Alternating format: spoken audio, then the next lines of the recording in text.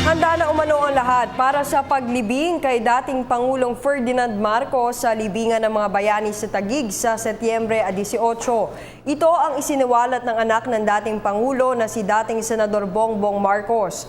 Ayon kay Marcos, sa katunayan ay sinisimulan na anya ng kanilang pamilya ang mga preparasyon para sa interment rites, kabilang ang pagbibigay ng military honors sa kanyang ama. Batay sa ulat ng pahayagang Philippine Star, sinabi umano ng senador na nagbigay ng go signal si Pangulong Rodrigo Duterte para mailibing sa libingan ng mga bayani ang dating presidente. Kasabay nito, sinabi ni Marcos na inaayos naman ng kanyang kapatid na si Ilocos Norte Governor Amy Marcos ang gagawing seremonya sa Ilocos dahil tiyak anyang magagalit ang mga Ilocano kung hindi dadalhin ang mga labi ng kanilang ama sa Sarat at Paway.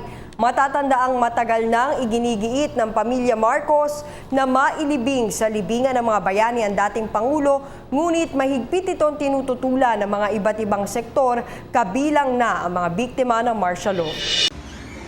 Ako po si Cathy San Gabriel. Subscribe na sa PTV YouTube channel. I-click lang po ang subscribe button.